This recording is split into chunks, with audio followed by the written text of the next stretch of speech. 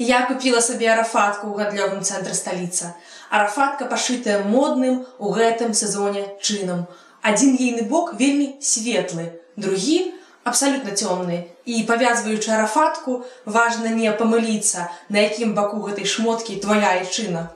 На адным баку рассыпаўся белы пясок. І платанавыя вярблюды ходзяць па тым пяску. І бедуіны нясуць нам фалафель, кебаб і сок. І белы лагодны соус яны нясуць.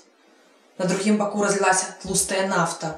Яна люляе парэшткі нейкага эйркрафта. І вярблюды там ходзяць таксама, але чорныя. І яшчэ там Садам, Усама і цемра пячорная.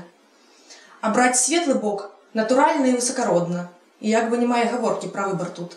Але нешта са мной не так. Мусі, нейкі маральны я ўрод.